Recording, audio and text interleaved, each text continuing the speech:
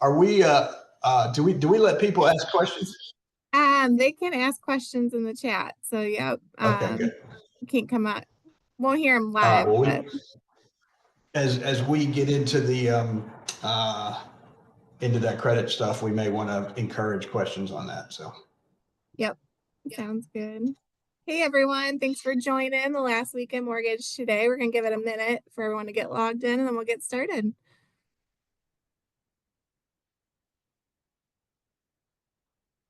All right, it looks like folks are filtering in. For those of you just joining us, yes, Bernard, I'm in the hot seat. Thanks. Glad you're here with us. Welcome. Look, Mark's making fun of me already.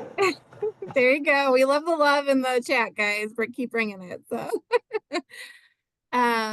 thanks for joining us. This is the last weekend mortgage today. I'm not Faith Howard Mooney. I am Ashley Alexander, the Senior Member Benefits Advocate here at TMC, filling in for Faith as she's out at IMB. And I am super thankful to have Rob Henger with us, President of Mortgage Banking at a local bank, and also one of our board members at TMC and a very long-standing lender member here, who I've had the privilege to work with. So thanks for being here, Rob, and I'm excited to talk through things. Before we dig into mortgage, though, I did want to ask how Bandit is doing this morning. So you saw that Facebook post? I So did. so to give everybody a little context, this time of year I drink too much. I grow out my beard, and when at all possible, I go duck hunting. And about 2 weekends ago, we got really lucky. It was that cold snap. A couple buddies of mine from South Carolina, Mark Chapman, who runs an appraisal management company, shout out to him. He called me and said, "Hey, I got an open slot in the blind. I'll be coming through Birmingham, and meet me at Buc-ee's gas station in about 4 hours." And I threw my guns in the car and beat it down the road. And we happened to catch a great day where we got into duck blind about 4 a.m. and had about 40 geese. We shot about 40 geese that day. It was a fantastic day. And the next day we pivoted and went to a hole that we thought would catch the ducks moving in the afternoon. And boy, did we we got lucky. We shot about 51 birds, and we had one dog that day, and it was super cold, and we had to break the ice. And that dog Bandit was beautiful, small black lab, and at bird 3047 went out in the flooded field. And I don't know, for those of you who don't know anything about bird dogs, they will work till they die. Literally, they don't have a self-preservation chip. And this dog was loving life and chasing birds. It was like his best day. It was like the Super Bowl of duck hunting. And it literally had a bird in its mouth, and it fell over. And the guide realized it and went running out in the water, and water over his overall, his waders, and he brings the dog in, and we got all of our heaters and everything and around the dog, and within 30 minutes we were able to revive the dog, and it was okay. He was good. So to answer your question, Ash, is Bandit was great. He got 2 days off. He got a little okay. Recovery time. But he was hunting again on Tuesday. So it was good. So thank you. He's doing what he loves, but I'm glad he's doing good now. So yeah. my wife, when I was talking to my wife, she's like, "I'm so mad at that guy that owns that dog. He was working that dog." I'm like, "Baby, you don't get it. Dogs they're like a kid in a candy store. They're not going to stop. It's not the guy." So part of it. Well, I'm glad he's doing good. So, so we'll jump right into things. A topic that has come up in Collab Lab emails over the last few weeks, and shout out to anyone not currently in the Collab Lab that's a TMC member on the call today. If you want to get involved there, get a hold of one of your member benefits advocates, and we'll get you a group. But credit fees and bundling and just how you're disclosing those to the borrower. Rob, I know there's been a lot going around in those discussions. What are you guys hearing and what are you doing at your shop around that? So guys, I'd like to maybe encourage everybody here. This, obviously this is kind of a week, what's going on in the mortgage business and kind of a highlights hitter, if you will. And this is a little bit more of a a tactical discussion. I do want to encourage anybody to feel free to chime in. I don't think you can just chime in verbally, but via chat. The subject of how much is a damn credit report and how much can we charge a customer and how do we deal with it is a hot topic. It's probably expense management is my biggest topic. As we turn the corner on 2024 and 2025, that's usually when I look at our junk fees, our origination fees, and our margins and where we are. And we at little old local bank, we made the decision to not increase our underwriting and our processing administrative fees, and not increase our primary and secondary spread or our interest rate margin. But what we're doing is we are laser focusing on expense management and on on passing through expenses. So I'll give you my soapbox pitch to my loan officers and my borrowers and everybody. And this is the following. Okay. I'm not going to increase our fees or our margins, but we're going to treat ourselves like any good attorney or doctor would. Okay. And what I mean by that is if I hire an attorney at $300 to $500 an hour to negotiate a deal with me, if he has to go hire an investigator or he has to go hire or order this or whatever additional cost, rest assured that attorney will be billing that cost to me plus the hourly fee. They don't eat any expenses. Last time I went and had surgery on my shoulder from a motorcycle accident, my knee from a motorcycle accident, my hip from surfing, I've had pins and I've had stuff put in my body to keep it together. I promise you on the bill, I paid for that pin. I paid for the stitching. I paid for the anesthesiologist. I paid for everybody that was involved in those surgeries. So why in the mortgage business do we just agree to pay the damn Equifax? I should probably not use swear words here. The nice folks at Equifax that provide us the work number charge us an exorbitant fee to do a third-party verification of employment. And it's complex and it's hard to work in our workflow. And often, guys, we're paying for it. And if we're not paying for it, then we got to go figure out how to put it on the VOE, the change of circumstance and the revised LE. So we've made it a point here at local bank to find a way on every single expense that we incur to manufacture a loan. If Miss Alexander comes to me for a loan, I'm going to give her the lowest interest rate and the lowest fees I can. But if her employer requires me to do a third-party verification from the work number, Miss Alexander, I got to pass that cost to you. If Miss Alexander, you can't give me the bank statements and you need me to go and connect to your assets to Plaid or something like that, I'm going to pass that on to you. If the credit report, if Fannie Mae charges me a reissue fee or the Equifax or TransUnion charges a secondary use fee for me to upload it to AUS, I'm going to bill it to you. So that's our strategy this year at local bank. And I think where the subject came up, and Ash, we kind of banter back and forth a little bit more than me just monologuing.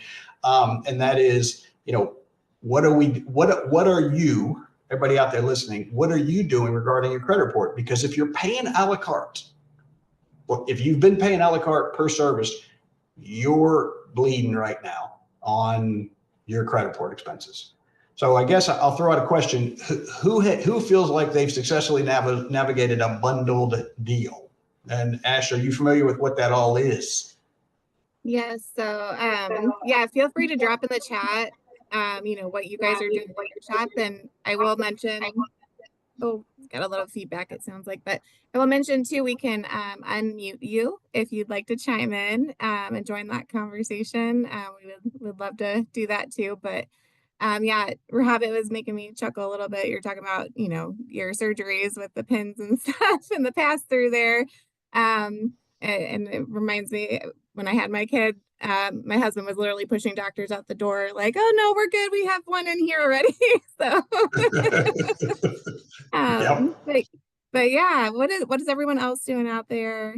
What are you seeing? Feel free, like I said, to drop it in the chat.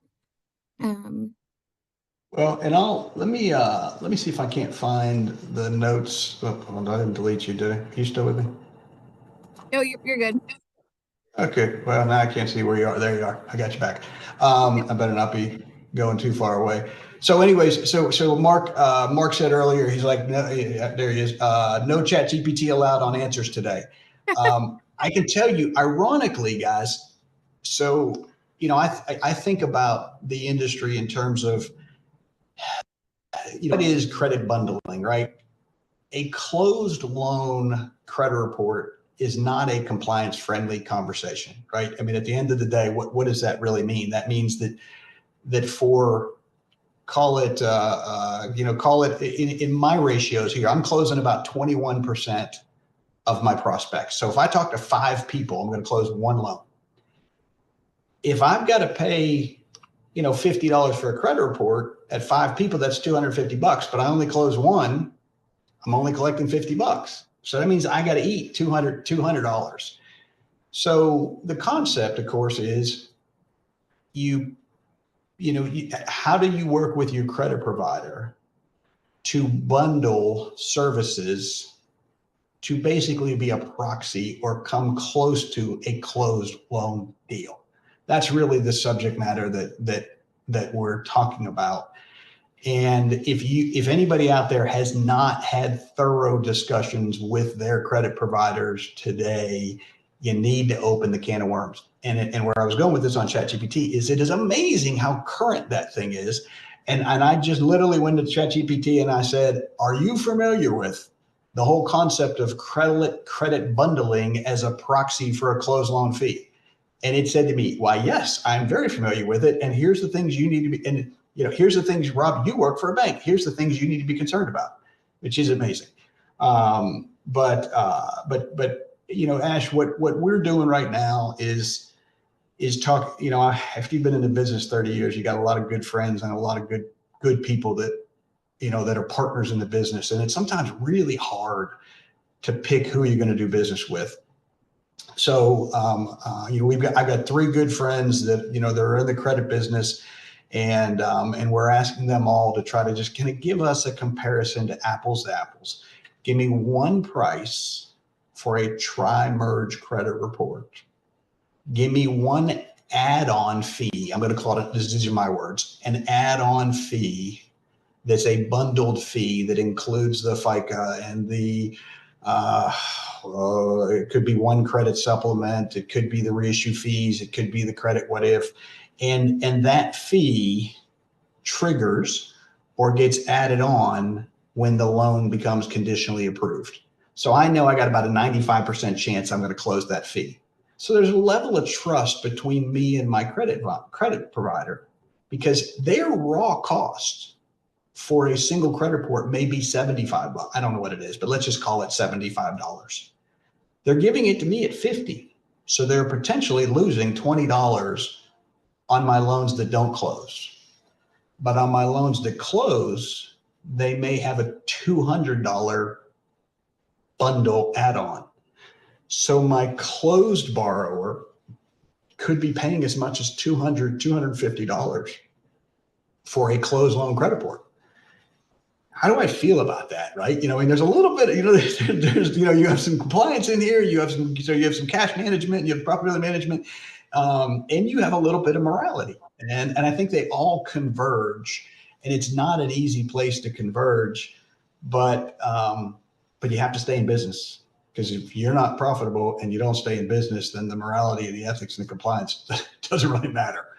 I just tell you, we're going to move to if you haven't already, I would encourage you to move to a bundled package. The word bundled is very closely correlated to closed loan, but from a compliance standpoint, you don't want to call it a closed loan.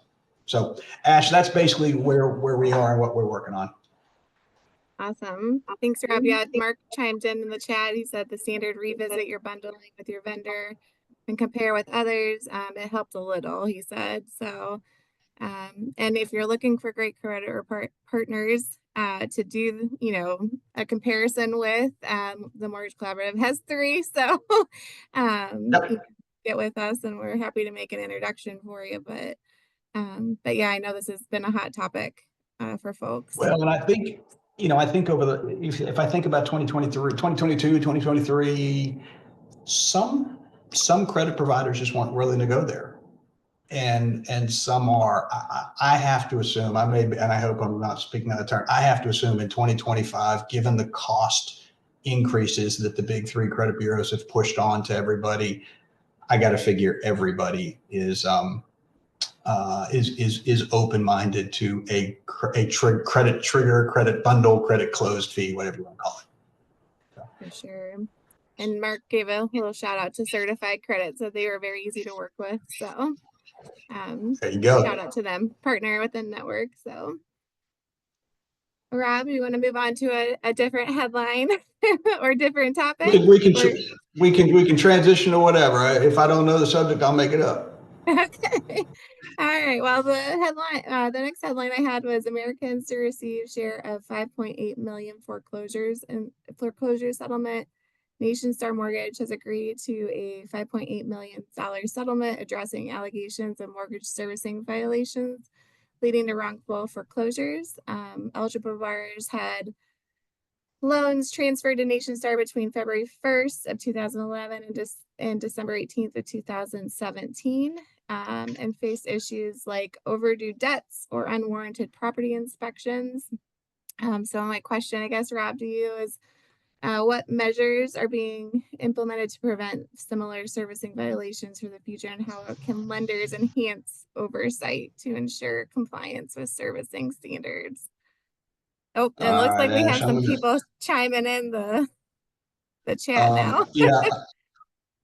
Well, let's do this. Let's hit pause here for a second. We got looking at charging undisclosed debt monitoring. Okay, good. So we got some comments. We're going to go back a second, and then we're going to come back to that chat. Okay. So I will say this: as you are navigating the bundled services, you're gonna fall into the complexity of what percentage of your credit pools run through AUS, and we found ours is about 20%. Okay. And the reason that's important is because when you run AUS is when you're getting those reissue fees, when you're getting the subsequent, surcharges and things like that. So if you bundle them on all your loans, or if you pay them a la carte, you only pay them for the loans that went through AUS. If you bundle them, then you could be potentially bundling them and everything, but your credit provider should work with you to determine what percentage of your loans go through. So and then undisclosed debt monitoring. There's so many variables here to unpack. Undisclosed debt monitoring. Are you doing it for every loan, or are you doing it for just conventional Fannie and Freddie? Right? If you're doing it for every loan, well, then bundle it, because you're doing it for every loan. If you're only doing it for conventional and you do a lot of government loans, well, then maybe you don't bundle. So those are some of the challenges that you see. And I see Ken says, yeah, just on every loan. And that's a good risk management approach. And Ken's a good risk manager. But if somebody out there says, well, statistically, what percentage of FHA, VA, and USDA borrowers add a debt that could cause the loan to become, unapprovable or bought back? Maybe that is less than 1/10 of 1%. And that may be a risk that a bank may be willing to take, because when you start adding that damn credit report up to, $200, $222, I'm seeing quotes of $300 for a closed loan credit report that bundles everything. That does not include fraud services. I'm talking about just credit. So when you get up to that level, you really got to start thinking about how do you manage risk and cost expenses. So, let's see here. All my Gubby clients. I hear you, brother. Yeah, you're spot on. Your Gubby clients are probably more likely to add some debt than your conventional. So who knows in there. All right, so shifting back, so Ash sent me some topics based upon her research in the mortgage business this week, and she read some notes off to you. So I'm going to come back and I'll hit just the highlights here. So there was a recent story about Nation Star. I think Nation Star became Mr. Cooper, so it's Mr. Cooper's we're talking about, and they got hit for about a $5.8 million fine as tied to servicing issues between 2011 and 2017. Which you got to love the fact that, guys, that's like almost a decade ago. I mean, and we I don't think probably want to get into politics over regulation by enforcement. I think is the term. Do you regulate by good controls and measures and auditing and oversight, or do you regulate by scaring the heck out of people and finding them when they do things wrong? I guess the answer is both. And I don't know enough about what Nation Star to speculate did or didn't do, but I can tell you this, that I was around during the pandemic time, and if you were a loan servicer, bless your heart. I mean, what a difficult time. You got these forbearances, nobody knew about it. You got all your employees, you sent them home. They may be working in an office. I believe that those folks should have been given some grace, and that there should have been some liberties extended for the hardships of being a mortgage servicer during the pandemic. But I know of a couple entities and some friends of mine that I like and still respect, and I'll use them again tomorrow, that suffered some regulatory pressures in 2023 and 2024 and 2022 because of that COVID time. And I just think sometimes our the CFPB, the FDIC, the state can overreach a little bit. And I would love to see a world where we balance common sense and regulation. And I'm sure that there are people out there that do. But those aren't the people that hit the news headlines, right? The news headlines are you got to sell newspapers. So I hate it for Mr. Cooper's. I hate it for Nation Star, and I'm sure, in its plain, simple way to do things, if you incur a fee or an expense in the servicing of loans, and you're able to pass that fee to your customer and do so, do it.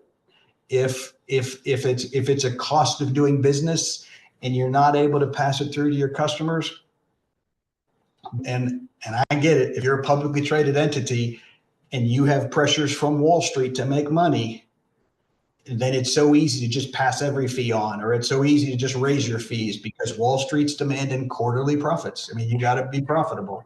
It's one of the reasons I don't work for a publicly traded bank anymore. It wasn't something I enjoyed.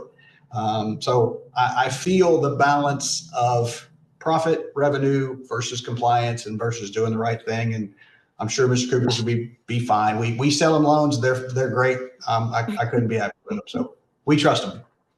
All right. What's the next subject we got on here? Well, and I'll just mention too, if you're looking for a servicing group to network with, we have the servicing professionals working group too that meets every month, and it's a great place to talk through all those compliance issues and different things. So Ash, while we're here, I know you guys are nice enough, and you send me, like, whenever the servicing group, the tech group, the finance group, production all meets, I get an email the day before that says, hey, we're doing this tomorrow. Where do I go into the TMC to say, I want to sign up for this, or I want to know about this, not just the day before? I'm sure there's probably a way, but I don't know how to do that. yeah, no, good question, Rob. We actually have an events calendar out on our website, where you can go and register for any of the working groups that you might be interested in. We try to put that out 3 months at a time at minimum. And so you can go out there and kind of check that out. We have like 11 working groups now. So, And do you click on a working group and say, I want to attend this all the time because I'm in the servicing world? Or, like, how do I know when the next one's do I have to go out to the website? you have to register for each one separately, each call separately, because it's just something that we have for tracking in the back, for on our end. But But yeah, and then we try to send out emails segmented to each of those groups on a weekly basis so that they know, when the next call is coming up and register that So way. if I sign up for servicing, I'd get something a month ahead of time that says, hey, the meeting for servicing is a month ahead of time. So either be nice and ask your account rep to help you, or go to the website and sign up for stuff. Is that right? Yep. And if you are like, you're an ops manager and you want to be on the ops call, it's also good to touch base with your rep and let them know that, hey, I want to make sure I'm getting these emails and we'll make sure that you're tagged to that appropriate communication. We try not to hit everyone with every single working group because that would be a lot in your inbox. But yeah, if you want a specific group to be a part of, just let us know and we'll get you tagged. So Thanks, Ash. yeah. I know we're moving through things quick, or our time is going quickly. So I might jump down to a question that I wanted to ask Rob. Just, the last few years has been challenging for the mortgage industry to say the least. And as a leader, how do you find the fun each day, and continue to, motivate and encourage your team members at local bank? How do you kind of keep everyone rowing towards the same goal and making sure your culture is intact? Gotcha.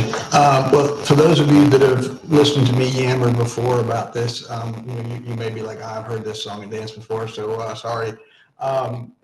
Ash just kind of said something tongue in cheek. How do you find the fun? And I'll just give you a little backstory on that. When 2022 hit and rates went from 3 to 7, the world got really difficult. And you got to have thick skin and I personally laid off 300 people, and that etches on your soul. I mean, when you've got to influence that many people's job, it's hard. And in that time frame, finding frustration, finding anxiety, finding just angst associated with being a mortgage banker was really easy. All you had to do is wake up every morning and you could get frustrated really quick and easy.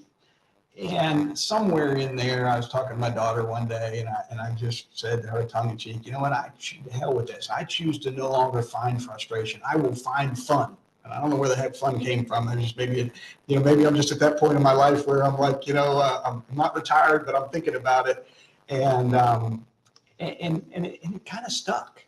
And next thing you know, my daughter buys me a T-shirt that says "Find the Fun," and you can see this neon sign behind me. If anybody hasn't gotten into the cool neon trend, you can buy neon signs now for like $75 from China, from TVU or whatever.